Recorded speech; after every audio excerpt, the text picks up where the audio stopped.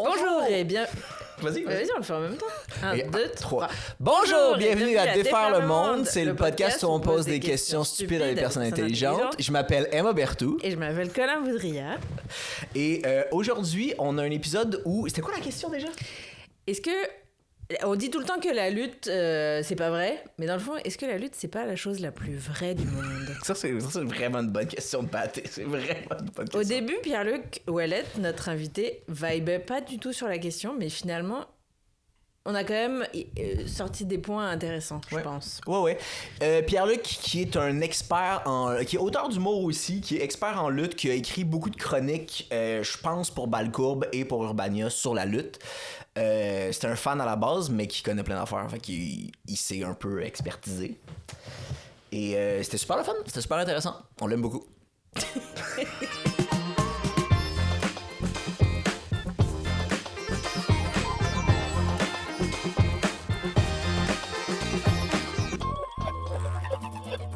T'es un fan de lutte depuis, j'imagine, adolescence, jeunesse, genre? Je pense qu'il y a personne qui est fan de lutte qui est pas devenu fan de lutte enfant, hein? Ça c'est l'histoire de tout le monde, mais il y a oui. une fenêtre après laquelle tu peux plus devenir fan de lutte. Oui, c'est genre, ça. Moi, je trouve ça intéressant intellectuellement, mais je pense pas que je peux le regarder avec sérieux parce que justement, j'ai commencé à y m'intéresser dans la trentaine.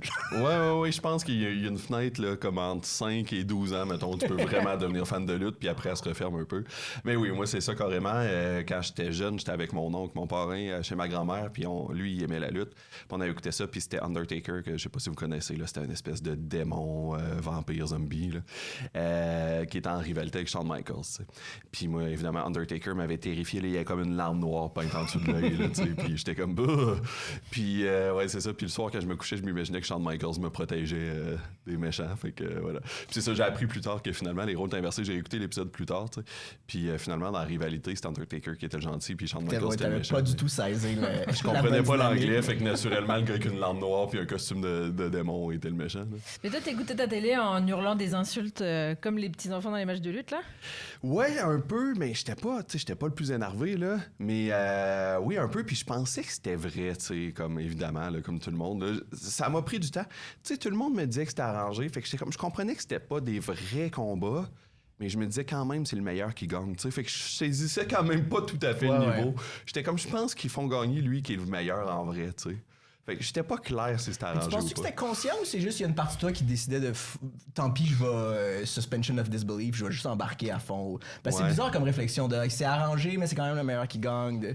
Tu voulais juste je pense que je voulais y croire. C'est le seul moyen de pouvoir en profiter pour vrai aussi là, c'est que tu t'embarques. Mais quand tu vas au cinéma, tu t'en fous que c'est vrai ou pas là, tu as les mêmes émotions même si c'est pas vrai. Ouais, mais le cinéma avait pas le même jeu de faire croire que c'était vrai, le cinéma a jamais essayé de faire croire que c'était vrai à l'extérieur du contexte du film, t'sais.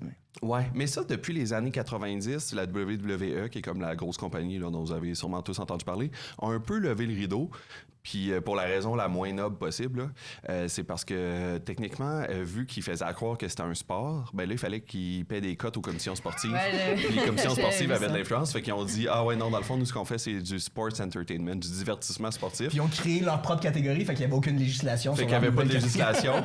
Puis, fait que c'est ça, mais ils ont levé le rideau en disant « OK, oui, c'est arrangé, puis c'est un divertissement pour arrêter d'avoir besoin de payer des cotes puis de se soumettre aux législations locales. » Mais c'est comme on disait pour l'information, là, maintenant que Meta empêche tous les sites d'information, tous ceux qui faisaient semblant d'être de l'information, maintenant ils font non, c'est du divertissement, Journal de Montréal, TVA, Urbania, non, finalement c'était pas l'information.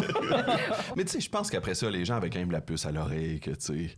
Parce que tout le monde était au courant, puis c'était juste, ça faisait partie de la game de faire semblant. Tu sais, je peux comprendre quand ça a commencé que les gens y croyaient, mettons, parce que c'était beaucoup des prises au sol, puis là, tu sais, des soumissions, puis tout ça. Fait que ça, à la limite, ça avait l'air un peu d'un vrai combat, tu sais.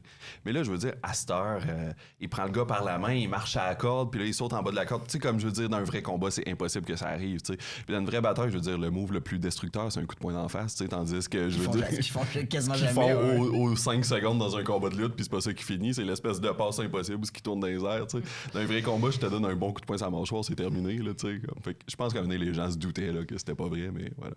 Mais c'est trop bizarre, j'ai jamais eu l'impression que le but, c'était qu'on pense que c'était vrai, Ben, tu sais, je pense que depuis qu'on est petit, c'est déjà plus ça, tu sais. Je pense que ça a été dans les années 60, 70, là, ils faisaient vraiment plus attention à ce qu'on appelle le kayfabe dans les termes de lutte, là, qui est comme l'espèce d'univers, tu sais, de garder cette espèce de mystique-là autour de la lutte. Tu sais, il y avait un lutteur à un moment donné qui s'était fait arrêter sa route AXA, Jim Duggan qui s'appelait. Et puis il s'était fait arrêter sa route en possession de cannabis, puis en ayant consommé. On a fait les mêmes recherches. Oui.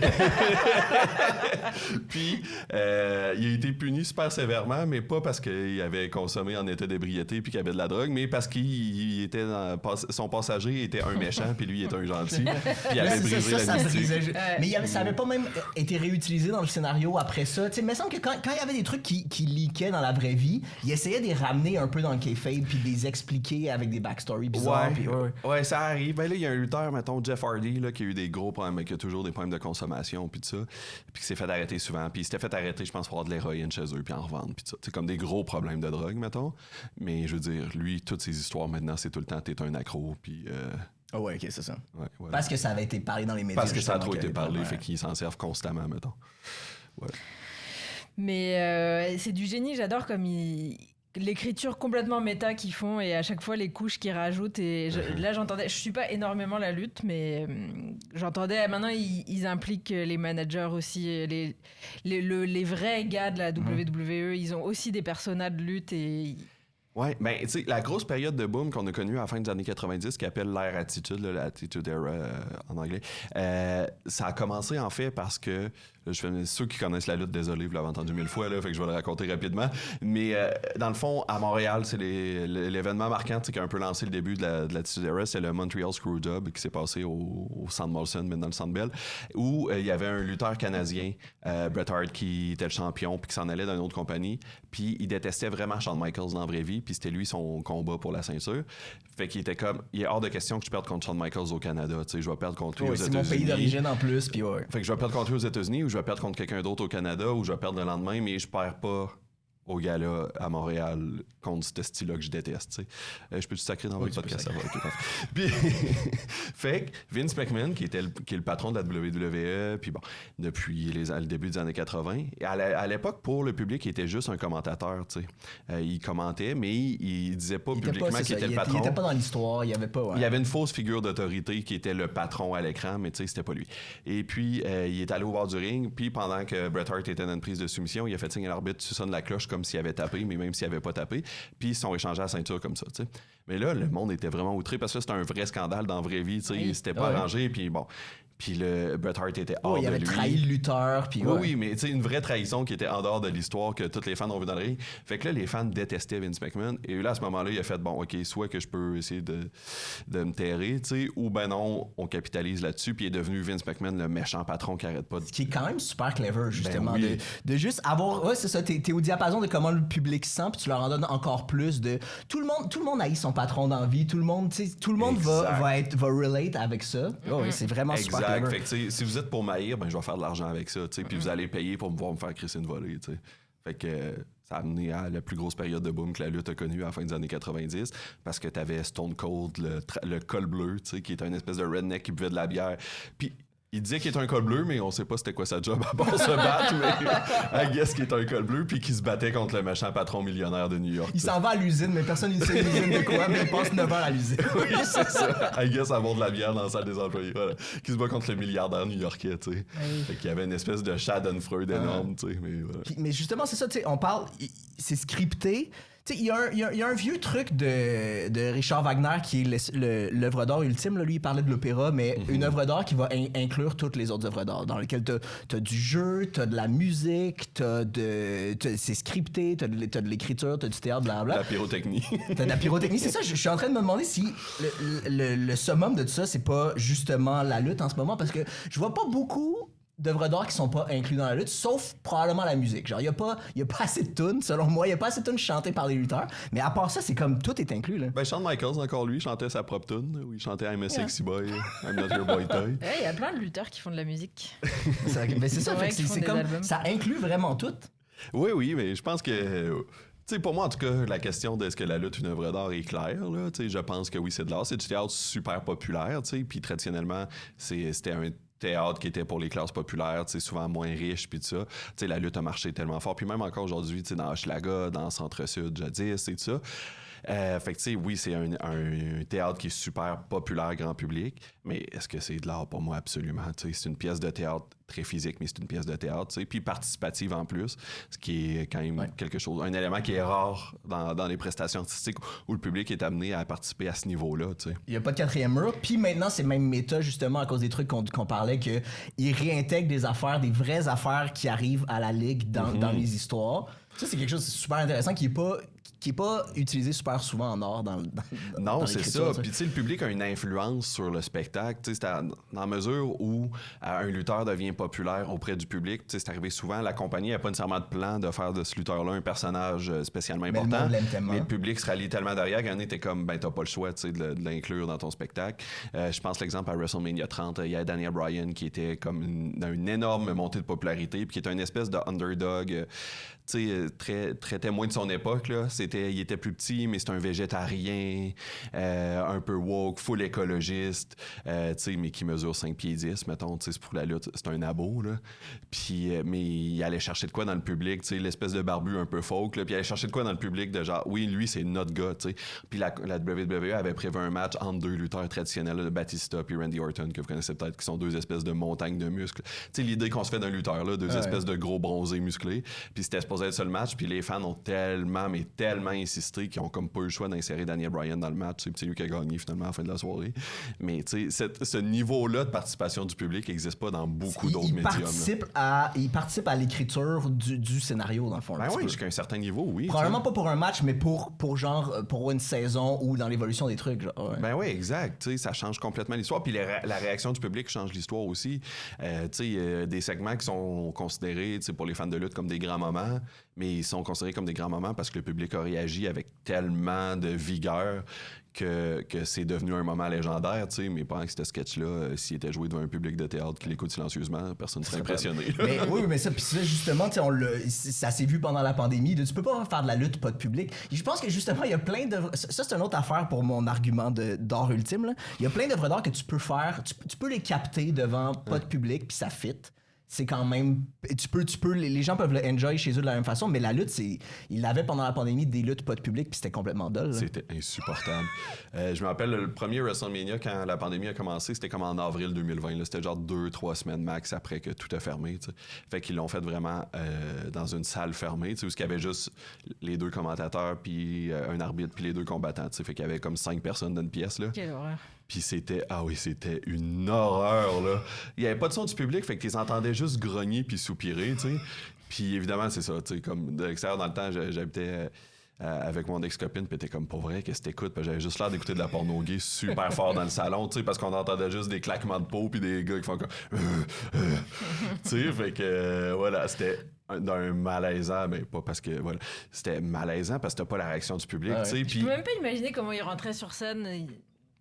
Ben c'est ça, tu sais, il faisait comme la gestuelle à aucun public. Ouais, c'est weird. Puis y avait-tu des grosses tunes d'entrée aussi? Parce que tu peux pas le builder de la même façon. Oui, il y avait toutes les tunes, puis la pyro, mais avec personne. Puis les meilleurs, ceux qui sont les plus intelligents avec le public, donc Kevin Owens, qui est un lutteur québécois qui est absolument génial là-dedans, jouait avec ça, puis il faisait semblant que le public les applaudissait, puis il faisait des high-fives dans le vide. Ben, je veux dire, à un moment donné, c'est soit tu l'accusais, ou il fallait que tu l'accuses, parce que sinon c'est ça. Mais j'ai l'impression que même le match devait être différent, parce que, tu sais, il y a une partie scriptée, puis de ce que je comprends, il y a une partie impro aussi, que des fois, dans des headlocks, ils se disent des affaires, puis OK, on fait... Mais là, si t'as aucun public, aucun son, puis tes enfants grogner, ils peuvent pas se chuchoter des affaires à l'oreille parce que tu vas t'en rendre compte. Ouais. Fait que j'imagine que tout, c'est ça, il restait sur le script de A à Z puis il changeait rien de ce qui avait été prévu. Ben, je pense qu'il faisait un peu, tu sais, où à ce moment-là, les micros essayaient de pas attraper leurs paroles.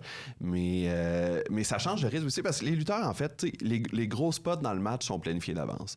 Fait que c'est-à-dire, tu sais, comment que le match finit, d'habitude, ça va être planifié d'avance. Dans le milieu, il va y avoir telle passe, puis tu sais, je vais essayer de me faire ta prise de finition, puis je vais la renverser. Tu sais, tout ça va être prévu. Ou mettons, c'est un match en cage, je me lance en bas de la cage, ça c'est prévu. Mais les moments qui vont lier ces gros moments-là, mettons, ça c'est un peu, tu sais, il est call sur le fly, là. Mais tu sais, en réaction au public toujours, là, c'est-à-dire si le public est pas assez dedans, ben là peut-être qu'on va accélérer un peu le rythme du match. Ou si t'es comme, hey, on nous a tellement donné de gros moments, le public s'en vient fatigué. Mais peut-être qu'on va avoir un 30 secondes, 1 minute où ça va être juste des prises au sol, tu sais, pour un peu donner leur donner le temps. Le public de prendre son souffle pour venir plus fort, tu sais. Fait qu'il ajuste en fonction de la réaction du public, mais quand il n'y a pas de public, mais là, le match est un peu plus sur roulette, tu sais, puis tu manques un gros élément aussi dans l'action dans le ring, là, tout à fait. Puis ils jouaient pas avec des masques? Non. Non. Oui, il respectait pas le 2 mètres. C'est clair qu'il respectait pas le 2 mètres. Non, je suis étonné qu'il n'y a pas eu plus d'éclosions que ça d'ailleurs, mais ça a été quand même bien. Là. Ben non, ils ont lutté avec le COVID puis ils nous l'ont pas dit, mais ce qui est aussi possible. Ouais. Mais non, apparemment, ça a quand même bien été à ce niveau-là. Mais Jean, le gros champion de WWE en ce moment, lui, il a eu la leucémie récemment quand il était jeune, puis là. Il y a eu une récidive récemment. Puis quand la pandémie a commencé, il est parti pendant la première partie de la pandémie parce qu'il était comme moi, je peux pas attraper le COVID. Parce que c'était même trop à risque. Ouais, okay. Mais là, on parle de la lutte sans public. Mais est-ce que vous avez vu, il y a quelques années, il y avait un match de lutte et les joueurs, c'était l'homme invisible et son frère, là? Oui.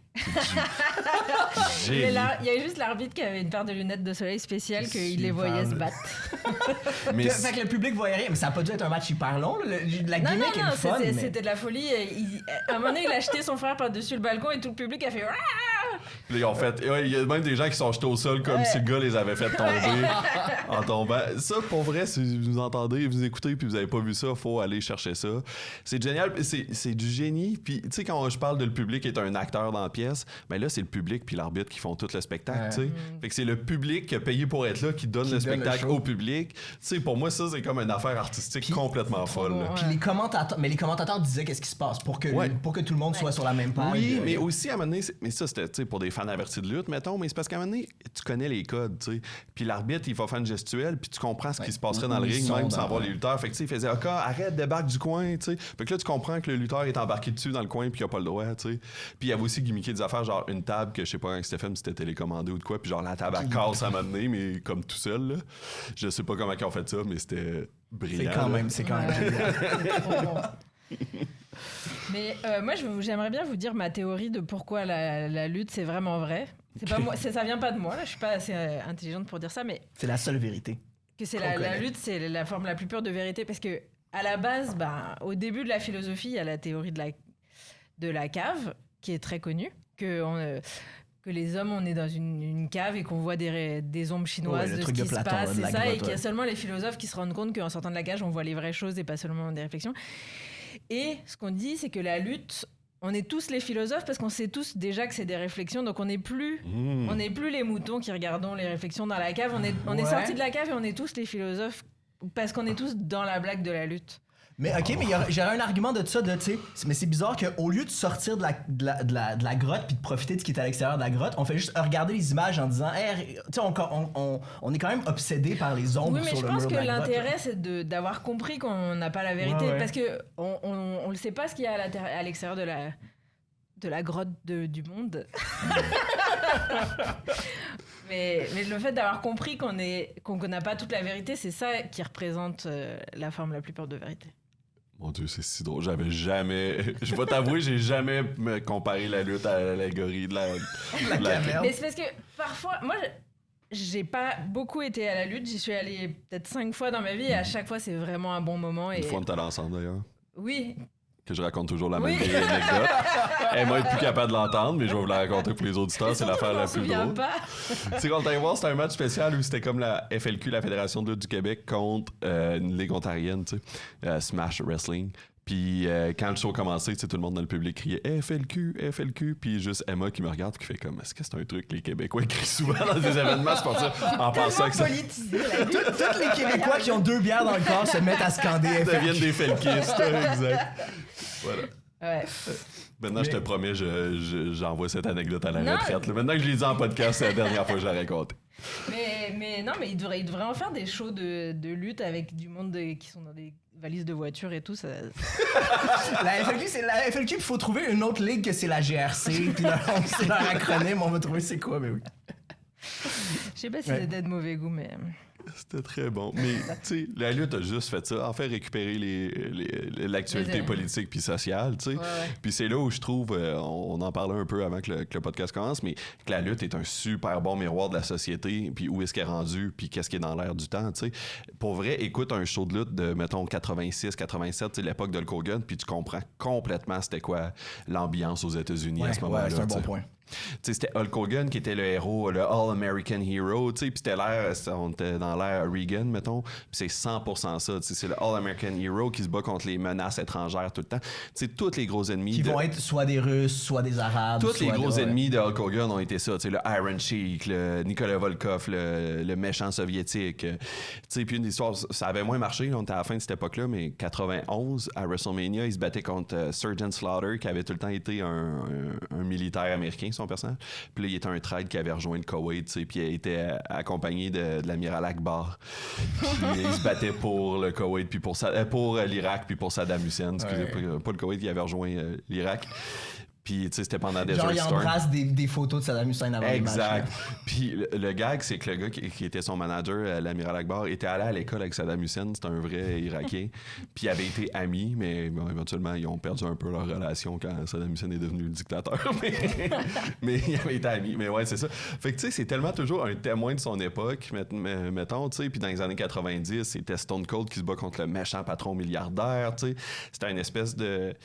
T'sais, où les années 90, on était dans une époque de prospérité, mais en même temps, on était à la fin de l'époque. C'était la suite de l'époque Reagan où l'espèce de filet social est en train de s'effriter beaucoup aux États-Unis. Fait que les gens se disent, hey, on a une période de prospérité, on fait plus d'argent que jamais. Mais moi, ma job était syndiquée, puis là, elle l'est plus. Puis mon père faisait plus d'argent que moi. Puis avant, mon père pouvait payer une maison en étant le seul à travailler avec l'usine. Puis moi, je suis comme, Chris, mes patrons font plus d'argent que jamais. Puis là, c'est l'ère, la bulle web qui commence. Puis j'ai pas d'argent, puis mon boss me crosse, tu sais. Fait que là, c'était le col bleu qui se bat contre le méchant milliardaire new-yorkais. C'est un bon baromètre de où la société est, dans le sens. Exact, tu sais. Puis là, en tout cas, je peux continuer longtemps avec des exemples, mais John Cena, dans les années 2000, que lui, son personnage, qui était vaguement un Marine, mais parce qu'il avait joué dans le film de Marine, il a jamais fait l'armée. Mais il était vaguement un Marine. Mais là, il se battait plus nécessairement contre des menaces étrangères. C'est souvent contre l'ennemi intérieur, tu sais, des Américains qui étaient des trades, puis tout ça. Mais, tu sais, c'était quand même le patriotisme qui revenait à la charge, t'sais. Puis là, en ce moment, je sais pas ce que ça dit sur notre époque, là. Ouais, c'est ça, je suis curieux, c'est quoi les tendances de comme cette année? Ouais. En ce moment, le champion, puis depuis genre... il a commencé à être champion dans la pandémie, puis comme il a jamais perdu son titre depuis, c'est Roman Reigns qui est un Samoan. Il est dans la même famille que The Rock, puis toute l'espèce de lignée de lutteurs samoans. Il est un méchant, il est le chef de la tribu, puis il dirige la WWE d'une main de fer, mettons, c'est comme ça son personnage. Je sais pas ce que ça dit sur nous. Ça dit de quoi? J'ai juste pas encore déniché. On n'a pas encore le recul pour J'ai pas encore le recul pour dire ce que ça dit. Je pense que dans 5 ans, on pourra s'en parler. Puis l'autre affaire intéressante, c'est qu'il y a 2 compagnies, tu sais, maintenant, à la fin des années 90, c'est en 2001, en fait, la WWE a battu la WCW qui a fermé, tu sais. Fait qu'il n'y avait plus vraiment de compétition, tu sais, depuis presque 20 ans. Il y a eu d'autres compagnies qui ont essayé, mais c'était jamais un gros niveau. Puis là, depuis 2019, il y a la AEW qui a ouvert parce que Tony Khan, qui est le fils d'un milliardaire floridien, a décidé qu'il se partait une compagnie de lutte. Puis il y avait assez de cash pour se battre. Il y avait les milliards de son père. D'ailleurs, complètement déconnecté, là, une parenthèse, mais ça m'a tellement fait rire. J'étais allé voir un gala de la AEW à Toronto au début de l'été. Puis il est rentré, avant que le show commence, pour dire hey, merci d'être là, blablabla, je suis content de voir. Puis il dit moi, j'ai toujours été très attaché à la ville de Toronto. Mon père est propriétaire du 4 Seasons juste à côté. Là, j'étais comme dude. Puis tu sais, lui, il essayait juste naturellement de faire j'ai un lien avec la ville, puis j'aime ma ville, mais j'étais comme. On a délogé une partie de votre famille en faisant construire. J'étais comme t'es tellement déconnecté, c'est malade.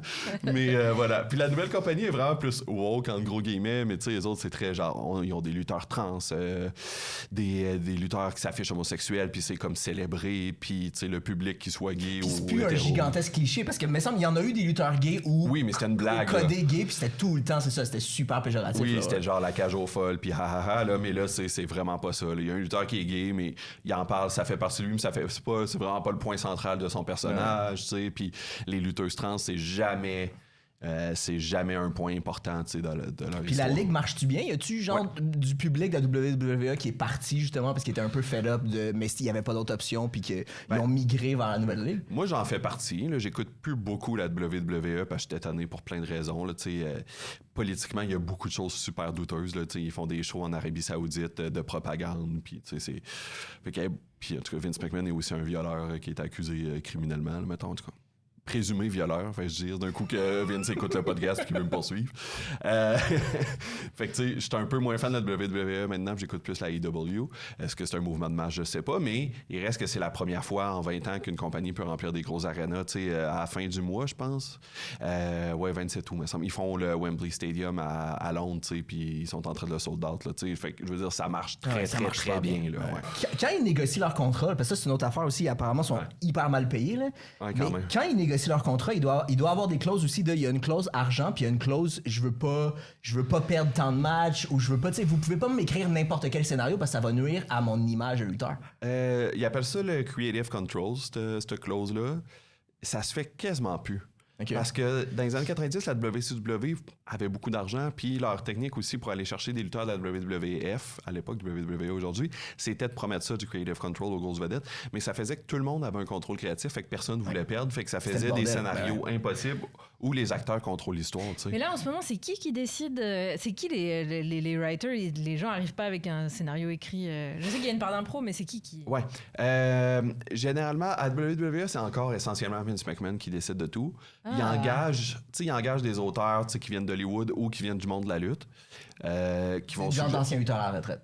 Ouais, exact. Ou qui ont été promoteurs dans d'autres ligues, bon, etc. Les gars avec les genoux pétés qui ont besoin de payer leur facture de santé, fait qu'il faut qu'ils aient écrit. Ouais, okay. Exactement. Ou des auteurs d'Hollywood, des gens qui ont écrit des sitcoms, qui ont écrit des films, qui se retrouvent là. Mais ils vont plus, ils vont suggérer des histoires, ils vont écrire des promos, mettons, mais au final, c'est vraiment Vince McMahon qui a le mot final sur toutes les histoires. À la AEW, c'est Tony Khan qui a ce rôle-là. Mais apparemment que les lutteurs ont plus de liberté sur le contenu de leur promo, par exemple. T'sais, il va leur dire, je veux que tu ailles dans le ring puis que tu fasses une promo que tu vas me dire que tu vas battre ce gars-là au match la semaine prochaine, mettons. Mais après, comment qu'il dit quel mot qu'il va utiliser, c'est un peu plus à leur guise. Oui. Fait que c'est comme ça que ça fonctionne. Puis après, le match en tant que tel, comment il est scénarisé, les boss au-dessus vont me voir dire, mettons... T'sais, évidemment, Vince McMahon va décider qui gagne, puis ça peut être puis le match va finir de même. Mais il va pas se mettre le nez dans chaque petite affaire du match. Généralement, il y a un producteur qui appelle, qui est un ancien lutteur quasiment tout le temps. Là. En fait, je pense pas qu'il y ait des producteurs qui sont pas des anciens lutteurs, qui eux vont se mettre avec les deux lutteurs, ou les 3, les 4, dépendamment des stipulations du match, mais qui vont se mettre avec les lutteurs, puis vont faire OK, voici qu'est-ce qu'on fait dans le match, qu'est-ce qui va se passer, ça va être quoi. Puis là, on fait la chorégraphie de tout le match. Genre. Exact. C'est pas une chorégraphie qu'ils apprennent par cœur ensemble, mais ils planifient le match ensemble. Ouais. Pour les gros matchs. Ça, c'est intéressant. Fait que, pour refaire des parallèles de cette œuvre d'art, si on avait à trouver un auteur pour la WWE, l'auteur, ce serait Vince McMahon de pas mal tout, en fait. De toutes les grandes lignes importantes. Mais c'est lui qui est accusé de viol? C'est un malade. C'est vraiment... Il est encore... c'est encore lui le chef.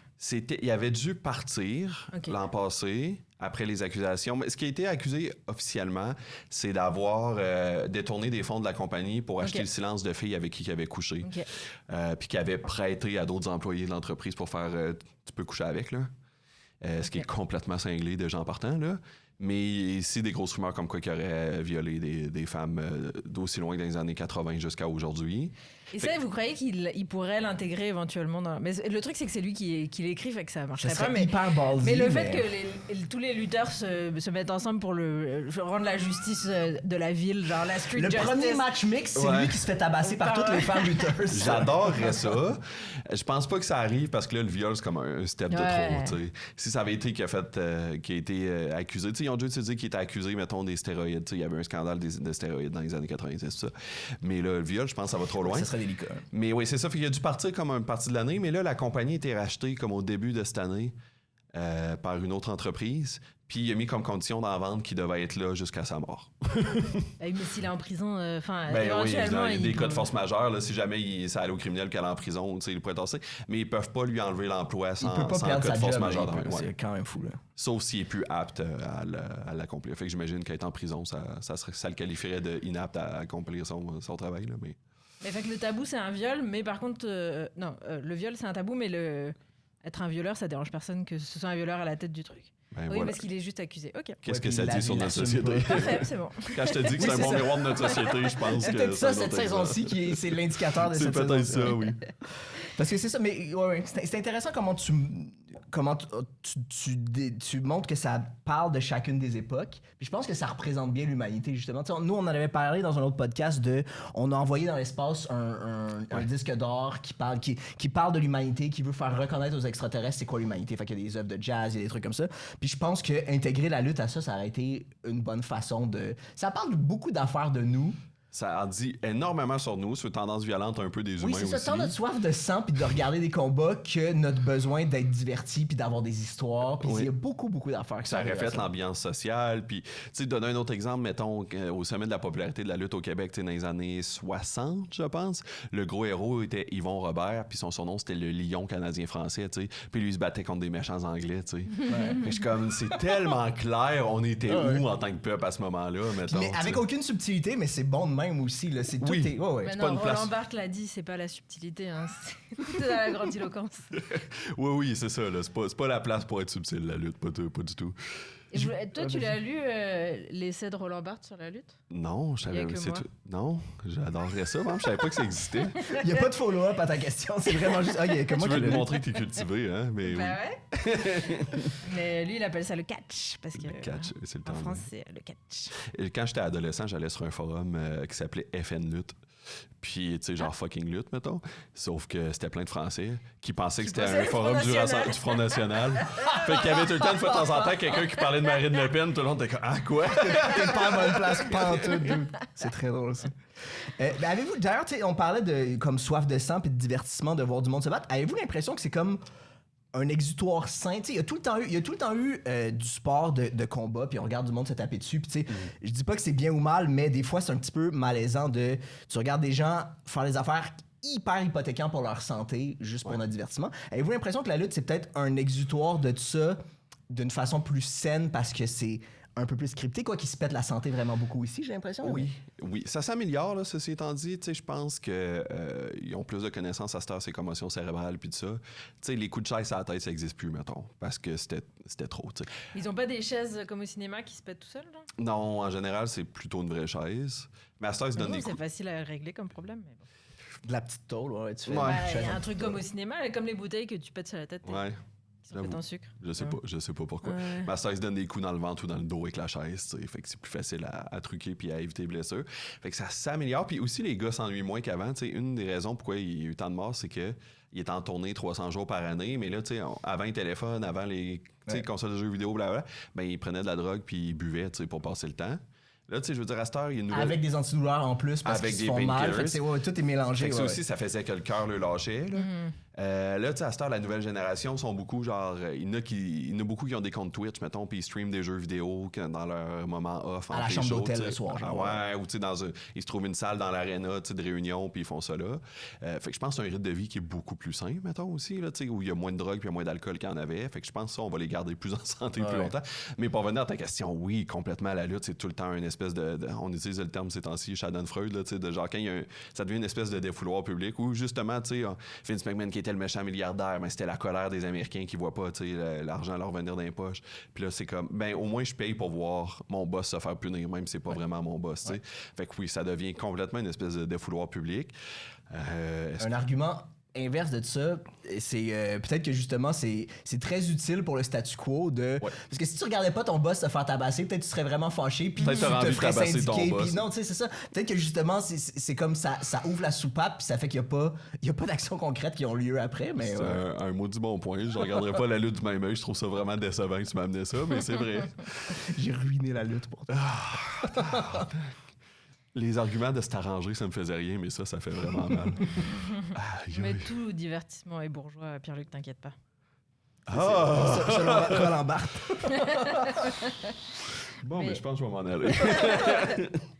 Mais toi, t'as déjà vu des vrais matchs de lutte? Oui, mais juste des trucs indie, pas des grosses affaires d'aréna, mais des matchs, c'est ça, des matchs à Schlag puis des trucs comme ça. Puis j'embarque dedans. Oui, j'en ai vu avec toi, j'en ai vu avec d'autres amis. Puis oui, moi, j'embarque dedans à fond à chaque fois. J'ai énormément de fun. Mais tellement, parce que moi, écouter de la boxe ou quoi, ça me fait pas du tout les mêmes sensations. Que la lutte, on dirait que c'est vraiment plus, je sais pas, on dirait que j'ai vraiment plus de hurlage. Mais je pense que je participerais pas. Un vrai match, un match de boxe, je participerais pas de la même façon. Là, je sais que je peux crier sur le méchant, puis ça va pas lui faire de la peine parce qu'il sait que c'est une game. Tu peux dire ça existe une volée, tandis qu'à la boxe, c'est quand même un vrai être humain qui va avoir une vraie commotion. Fait que j'ai l'impression que c'est beaucoup plus. Je suis beaucoup plus interpellé en tant que public dans un match de lutte que. Mais j'ai pas vu de match sportif de combat autre que la lutte, en fait. Mais j'ai l'impression que j'embarquerais moins, c'est sûr. J'aille pas les arts martiaux mix, mais pour moi, c'est pas la même affaire. T'sais, les gens font souvent la comparaison. Pour moi, c'est complètement pas la même chose. T'sais. Justement parce qu'il n'y a pas cette espèce de dimension-là de fantaisie ou de. Tu sais, pour moi, l'affaire que je rapproche le plus, puis c'est tout le temps l'exemple que je dis aux gens quand ils me disent « Ah, la lutte arrangée », moi, je tripe ces super-héros aussi, puis c'est comme aller voir un film de Marvel, tu sais. Oui. Je le sais que Captain America, il existe pas pour vrai, puis je le sais qu'il se bat pas vraiment, mais je suis content, puis cet archétype-là me plaît, puis je m'identifie à tel héros, parce que j'ai l'impression que je suis comme lui, puis je suis content quand il gagne, tu sais, même si je le sais que tout ça est une histoire. C'est pas la même chose qu'aller voir un match de MMA.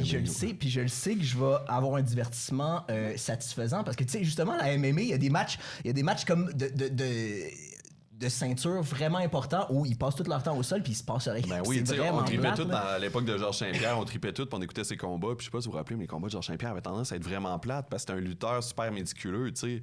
Fait que c'était jamais le gros coup spectaculaire, c'était rare, tu sais. En général, s'il attendait que son adversaire s'essouffle puis fasse une erreur puis l'amène au sol, puis ça, c'était tout le temps un génie du MMA, mais c'était pas tout le temps les combats les plus spectaculaires puis divertissants, tu sais. Il est bien plus divertissant sur TikTok. Oui, mon Dieu.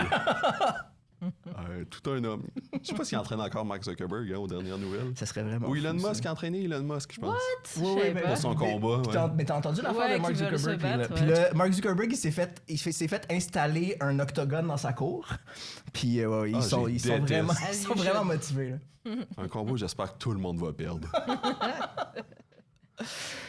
Tu sais, justement, on parlait de la WWE puis des petites ligues un peu indie un peu partout. Tu vois-tu que les histoires ou les gimmicks des lutteurs sont traités différemment dans les petites ligues versus les grosses affaires américaines? Je pense que oui. Après, tu sais, je veux faire attention parce que je suis pas... genre, je suis allé voir des combats de lutte indie puis ça, quand même, quelques fois, tu sais, des ligues locales, mais je suis pas lui qui est là à toutes les shows, mettons.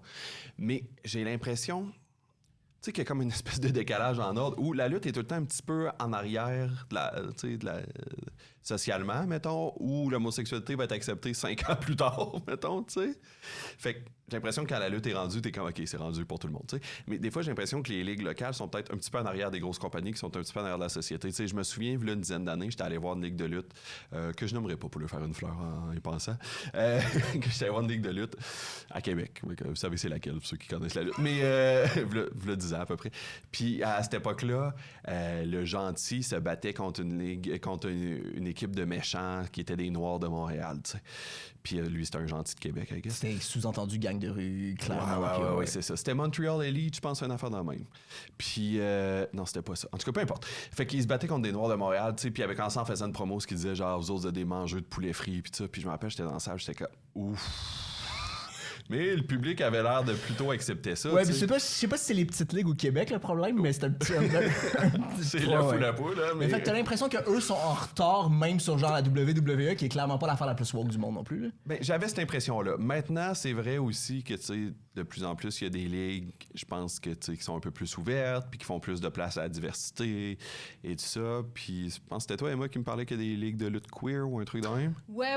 Ben, j'avais lu un truc de Hamza dans Urbania. Il était allé voir des... Ouais, il y a de la lutte queer à Montréal, je pense, ouais. Fait que, tu sais, je pense que ça progresse aussi. Puis je pense que comme toutes les formes d'art, tu sais, tu peux trouver une niche, je pense, c'est pour ton truc. Comme il y a des soirées d'humour plus queer, puis il y a des soirées d'humour où t'es comme, ouf, il y a encore des relents de misogynie. Oui. Puis des affaires qui filent comme à Québec il y a 10 ans, tout à fait. Là. Oui, c'est ça. Fait que, tu sais, je pense que c'est vrai de tous les médiums artistiques, tu sais. Mais des fois, ouais, j'ai l'impression que les petites ligues, mais aussi, tu sais, c'est des gens qui sont très fans de lutte, mais qui font pas nécessairement ça, tu sais, qui en font pas nécessairement de carrière. Tu sais, ça change un peu la donne, je pense aussi, là. Mais voilà. Oui, il y a une différence dans le ton, mais après, allez voir, supporter vos ligues locales. Il y a des super lutteurs, des super histoires. Puis, tu sais, on a des très, très bons lutteurs au Québec que même si on les a pas vus à la télé, qui sont excellents. Ouais. tu sais. Mais C'est par fou hasard, vas-y. t'as déjà entendu parler des petites ligues des autres places? Genre... Pas vraiment, tu sais, j'en connais un peu des américaines, mais encore là, il y a beaucoup des niches. Tu sais, aux États-Unis, mettons, il y a une ligue, la PWG, là, tu sais, que c'est carrément une ligue humoristique, là. Yeah. Tu sais, puis c'est leur genre de faire, c'est ça, tu sais, des personnages qui ont pas, à un moment donné, je pense qu'il y avait un Yeti ou une affaire de même, là, tu sais, quoi. Remarque qu'il y a eu un Yeti aussi à WCW, mais, tu sais, il y a des ligues plus humoristiques, il y a des ligues qui sont vraiment hardcore, tu sais, ça, c'est moins mon style, mais mettons la CZW, tu sais, ça va être des matchs où ils se pètent des fluorescents puis ils stackent des affaires dans le front, tu sais. Il va y avoir du sang, là, Ouais, c'est ça, tu sais. Fait qu'il y a un peu des niches de même aussi, tu sais. Mais après ça, une petite ligue aux États-Unis, c'est une grosse ligue ici, là, tu sais. C'est-à-dire, mettons, je parle de la CZW, mais, tu sais, pour une ligue au Québec, ça serait une grosse ligue, là. C'est d'ailleurs la ligue qu'on voyait dans... ceux qui ont vu le film de Wrestler, là, avec Mickey Rourke, quand il fait des matchs hardcore où il stack des billets dans le dos, c'était cette ligue-là, ouais. Mais c'est fou parce que c'est vraiment, justement, pour les petites ligues en particulier, j'ai l'impression que même les professionnels, c'est un peu ça, mais faut que tu sois vraiment hyper passionné parce que de un c'est dangereux, c'est dur pour ta santé, puis il y a un investissement d'entraînement puis de temps, tu sais, les joueurs qui jouent dans le schlag, ils doivent pas faire la palette, là. Complètement. C'est tellement beaucoup de temps, c'est ça, faut vraiment que t'aimes ça en fou, là. J'ai interviewé des lutteurs une couple de fois là, pour Urbania dans le temps, puis Balcourbe. Puis tu sais, j'avais parlé notamment que Benjamin Toll, tu sais, que vous connaissez peut-être si vous êtes fan d'humour, il a fait beaucoup de podcasts, il joue à la télé à l'occasion, tu sais, bon. Lui, c'est un des plus gros lutteurs au Québec, là, tu sais, dans la scène locale, mettons, c'est un des plus gros noms. Puis, tu sais, il me disait, des fois, quand je vais faire un show à l'extérieur avec mon gaz, là... ça coûte plus cher. Tu sais, puis lui, il est dans les mieux payés parce qu'il est un gros nom, mettons, pour la scène locale.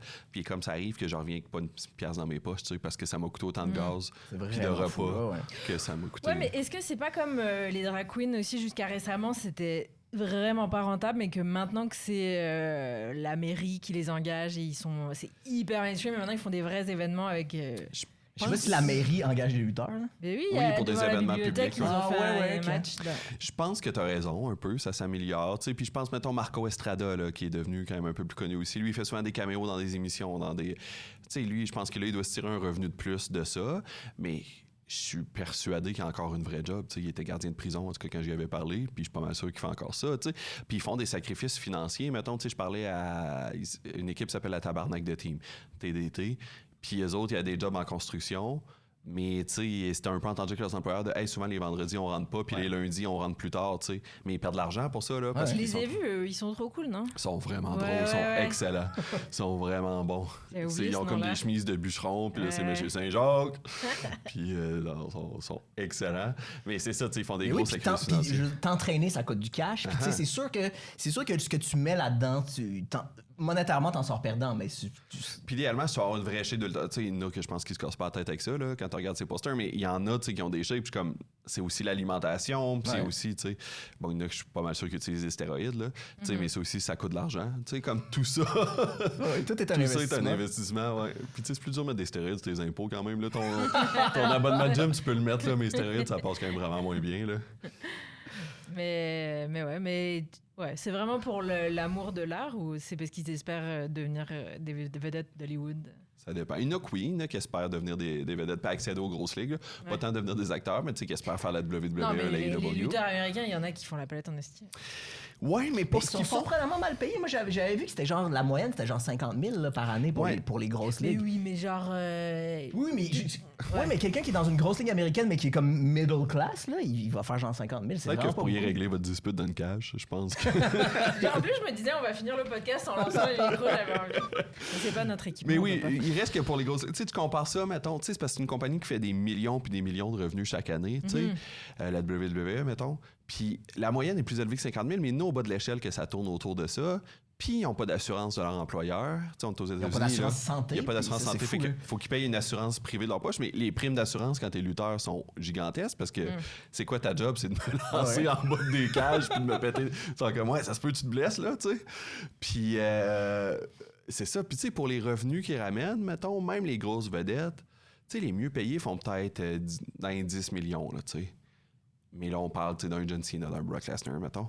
Mais tu C'est compares infime ça comparé à ce qu'il crée en revenu, à ce avec qu'il le... génère. Puis tu ouais. compares ça avec le hockey, le baseball, le football, c'est pas tant que ça, là, tu sais, pour toutes les... À quel point ça peut être handicapant, là, tu sais. Il y en a qui ont été en chaise roulante, puis tu sais, comme, il y en a qui sont morts dans le ring, c'est là. ça. Il y en a qui sont morts? Ouais. Il y a un gars qui est mort à Montréal, non? Le gars qui est C'était tombé... pas à Montréal, mais c'est le pas frère de Montréal. Bret Hart. Ok. Il y avait un personnage de super-héros qui descendait en volant du ciel. Puis ils ont mis une clip, ils ont engagé une compagnie non syndiquée parce qu'ils voulaient sauver de l'argent. Fait que c'était de la C'est Vince main-d'œuvre. McMahon encore, ça. C'est Oui. l'autre. C'est le violeur. Là. Fait que c'était de la main-d'œuvre non qualifiée. Puis ils l'ont accroché avec un harnais avec une clip qui était faite pour tenir 10 livres. Fait qu'il s'est écrasé dans le ring, puis il est mort. Parce qu'il est tombé du toit de l'aréna, là, ouais. C'est fou. Là. Ouais. Puis c'est arrivé des lutteurs qui sont morts d'un combat, là, tu sais, un coup. Mais pas dans WWE, par exemple, là, mais tu sais, dans d'autres ligues. Au Mexique, je pense que c'est arrivé. Genre un lutteur qui a reçu un coup de pied à mauvaise place, puis il tombe au sol, puis c'est fini, là, tu sais. Comme à la boxe. Ouais. Ouais. Ça arrive. T'es-tu un peu familier avec les ligues au Japon? Parce que ça a l'air vraiment, vraiment big au Japon aussi. Ouais. Puis il y a des croisements États-Unis-Japon des fois. Puis ça a Ouais. l'air... J'étais surpris que ça soit une aussi grosse scène là-bas. Un peu, je suis pas le plus gros expert, mais je connais un peu. Puis j'étais allé voir un gala au mois de juin, je parlais plus tôt, de la AEW. Puis il s'appelle Forbidden Door parce que c'est un gala, c'est les lutteurs de la AEW contre les lutteurs de la NJPW, qui est la grosse ligue japonaise, Ok. New Japan Pro Wrestling. Fait qu'on voit ces lutteurs-là. Mais ça aussi, c'est intéressant. Culturellement, il y a des gros styles de lutte. Ah ouais. Puis le style japonais est vraiment différent du style américain. Le style japonais est bien plus physique. Leur truc, c'est beaucoup, Ok. on se donne des vrais coups de poing, on se donne des vrais claques, puis c'est un truc, tu sais, je veux pas tomber dans les clichés, mais c'est comme un truc d'honneur de genre, ah, je suis un tough, puis j'ai montré que je suis capable Ouais, ouais. d'endurer Tout la le monde souffrance. sait que c'est pas puis vrai, tout mais ça. j'ai pris beaucoup de claques. Mais genre. ils se prennent Ouais. des vrais coups, puis ils se punchent pour vrai d'en face pour montrer, tu sais, qu'ils méritent leur place, puis tout ça. Puis le public réagit complètement différent. Ils vont réagir au gros moment, tu sais, en applaudissant, mais ils crient pas des insultes, puis ils sont vraiment beaucoup plus silencieux, les c'est matchs. silencieux pendant les matchs, ouais. Puis ça, c'est un peu étonnant. Mettons, quand tu sais, tu te dis, du point de vue de quelqu'un qui écoute de la lutte américaine, mettons, oh, ils aiment pas ça. Mais non, ils ont Non, adoré, c'est puis à la leur fin, ils façon d'en applaudissent. profiter, ouais. Mais c'est quasiment un public de golf, on dirait, tu sais. Ils applaudissent dans les gros moments, mais sinon, c'est comme... C'est parce que c'est comme un manque de respect d'interrompre les lutteurs en Ouais. criant, tu sais. Tu vas être déconcentré. La lutte mexicaine qui est vraiment plus encore dans les gentils contre les méchants. Là. Eux autres, ils appellent ça mon accent est épouvantable, les rudos. Les méchants, c'est les rudos. Puis les gentils, c'est les technicos. Parce que les autres sont bons, ils gagnent avec leur skill, tu sais. Puis les autres, c'est beaucoup plus des moves de ils se lancent en bas de la corde, puis tu sais, beaucoup plus rapide. Ouais, ouais. Puis tu sais, comme ceux qui connaissent Rey Mysterio, il est comme un bon emblème de ce style-là, qui est la lucha libre qu'on appelle. La lutte européenne, tu sais, britannique surtout, est vraiment plus une lutte de soumission, puis de moves techniques, tu sais. Fait que mes autres, ça venait plus du style olympique, mettons. Fait que le côté hyper scripté, c'est vraiment surtout les Américains. Parce qu'il y a rien de... Toutes les autres ligues que tu nommes, c'est plus physique ou plus technique. Là. Mais c'est tout scripté pareil, tu sais. Il y a des... Mais mettons, au Japon, ils mettent vraiment moins l'accent sur l'histoire. Aux États-Unis, c'est beaucoup l'histoire puis les personnages plus grands que nature. Puis le style va être moins... Ça change, là, tu sais. Il y a de l'influence de partout puis ça se mélange. Mais pendant longtemps, le style américain était moins physique puis impressionnant parce que l'idée, c'était d'avoir des gros gars qui se donnent des coups de poing puis il y a une histoire derrière. Mais c'était moins une affaire de « Hey, je me lance puis je tourne autour du gars de la troisième corde. » Puis ou moins, on se donne des coups pour vrai. Mais aussi parce qu'ils partent en tournée 300 jours par année. Fait que si tu te punches d'en face pour de vrai 300 jours par année, ben tu finiras pas à tourner, tu sais. Moi, je suis épatée qu'on en parle comme ça. J'ai toujours cru que la lutte, fallait pas parler du fait si c'était vrai ou pas. Je pensais que tout le monde était un peu genre... Ouais, non, mais le voile a été élevé dans les années 90. Oui, mais même si tout le monde le sait, je pensais pas qu'on en parle. Je pensais qu'on... C'était pas le fun. Je pensais qu'on... Mais je pense que c'est rendu... Ouais, mais je pense que c'est rendu, justement, c'est comme le cinéma, là. Tu le sais que... Oui, mais le cinéma, on n'est pas toujours en train de répéter que c'est pas vrai, quoi. Tu sais, on fait juste... Non, mais on parle de la vie des acteurs off-screen, puis on parle, tu sais, on Oui, le mais sait qu'ils sont pas leurs personnages. Oui, mais la discussion, c'est jamais... Enfin, en tout cas, à la fin, Rocky fait ça, mais on sait tous que c'est pas vrai. Enfin, Ouais. c'est pas du tout les mêmes histoires. Mais c'est parce que les fans de lutte sont rendus méta beaucoup, Ouais. je trouve. Ou, tu sais, je me tiens sur des forums de lutte, puis ce que les gens aiment parler le plus, c'est pas tant du match, c'est de l'envers du décor, tu sais. Ah, ils ont fait gagner lui parce qu'ils veulent faire telle affaire, puis ils ont fait gagner lui parce que c'est un Indien, puis là, ils veulent aller chercher le marché en Inde, puis ils ont un pay-per-view en Inde qui est prévu à telle date, puis nanana, tu sais. C'est les moves de business, genre, C'est ça qui intéresse beaucoup les gens, ou genre, ce lutteur-là, il a pas de push parce que ça a l'air qu'il est pas ami avec tel gars qui est full, qui a l'oreille de Vince McMahon, qui a l'oreille de Triple H, là, puis c'est pour ça que lui, il réussit pas à gravir les échelons. Fait que c'est beaucoup ça qui intéresse les fans de lutte parce que on sait tous justement que c'est arrangé, fait que le méta devient quasiment plus intéressant des fois que l'histoire dans le ring, tu sais. Mais c'est fou. OK, fait qu'eux, ils s'intéressent plus à ce qui est scripté. Tu sais, il y a les matchs, mais il y a aussi le backstory, ce qui est scripté. Mais même ça, eux, ils s'en foutent. Ce qu'ils aiment, c'est la vraie réalité en arrière des vraies décisions de business. Mais je pense que c'est un et l'autre, tu sais. Puis on a eu une époque, mettons, tu sais, de 2010, 2011, mettons, tu sais, CM Punk, mon lutteur préféré, qui a un peu été un symbole de cette période-là, qui appelait l'ère Reality Era, mettons, où on s'amusait à brouiller les lignes entre la réalité et la fiction. T'sais. CM Punk a fait une promo à l'été 2011 où il s'assit puis il dit toutes ses récriminations envers la WWE, mais des vrais trucs, genre vous m'avez tout le temps retenu, m'avez jamais laissé gravir les échelons parce que moi j'étais un gars de Paul Heyman, puis Paul Heyman c'était un manager qui me défendait, mais lui vous le laissez à cette heure puis vous l'avez renvoyé, puis c'est à cause de ça j'ai pas monté. Puis j'ai des amis comme Colt Cabana qui ont fait la ligne, mais vous vous avez jamais donné de chance. Puis il n'y a pas besoin de jouer, c'est les vraies affaires. C'est les vraies affaires. Puis les fans sont tannés de votre show parce qu'il se passe tout le temps les mêmes affaires, puis c'est tout le temps John Cena qui gagne tout, puis c'est pas le meilleur, puis c'est pas vrai que c'est le meilleur, puis les fans sont tannés, puis les fans étaient comme ouais, tu sais. Mais ils jouaient à mixer la réalité et la fiction, tu sais. L'histoire était autour de vraies plaintes qu'il y avait envers la compagnie, puis de vraies plaintes que les fans avaient envers la compagnie aussi, tu sais, puis ils l'ont intégré dans l'histoire. Mais ça, de plus en plus, tu sais. Il y a une époque, de plus en plus, plus moins vrai, il y a une époque à WCW à la fin des années 90-2000 où ce qui s'amusait littéralement à faire. Hey, dans le script, ce lutteur-là, t'es supposé de perdre, mais là, il a quitté le ring parce qu'il refuse de suivre le script qu'on lui avait donné. Tu sais, il disait ça, mettons, les commentateurs. Mais là, c'était comme trop loin parce qu'à un moment donné, tu veux pas te faire dire pendant le film non plus que le film est pas vrai. Il y a comme une ligne, une ligne qui est mince. C'est comme le comédien qui s'adresse à la caméra. Là. C'est ça. C'est comme si Chris Evans faisait « Hey, cette scène-là, je l'haïs, cette cascade-là est trop difficile. » Tu sais, là, il y a une ligne qui est mince à franchir où tu peux mélanger de la fiction à la réalité, mais tu peux pas complètement dire que c'est faux parce que sinon, pourquoi t'écouterais le show, tu sais. Mais oui, c'est ça. Fait que, tu sais, les fans sont devenus... Ils appellent ça smart à la business, pas que les fans sont intelligents, mais c'est un terme de lutteur pour dire quelqu'un qui était smart, c'est il savait c'est quoi, il savait que c'était arrangé puis il savait quand ça fonctionne. Master, c'est le cas de 99% des fans, ils savent que c'est arrangé puis qu'ils ont une idée du moins de comment que ça marche. Fait que le méta prend comme une grosse place dans la passion des fans de lutte. Merci vraiment beaucoup. Merci de l'invitation, ça a été un plaisir. Toujours là pour parler de lutte pendant trop longtemps. Avec trop de détails. T'as-tu des trucs à plugger? J'écris un peu sur Urbania. Allez vous abonner. Quand tu écrivais sur la lutte, c'était pour Urbania aussi. Puis avec Balcourbe, mais là, Balcourbe, c'est rendu une autre histoire. Mais allez vous abonner à Urbania. Ils peuvent partager leurs articles sur Facebook et Twitter. Fait qu'allez vous abonner, c'est gratuit. Voilà, c'est pas mal juste ça que j'ai à plugger. Sinon, c'est secret.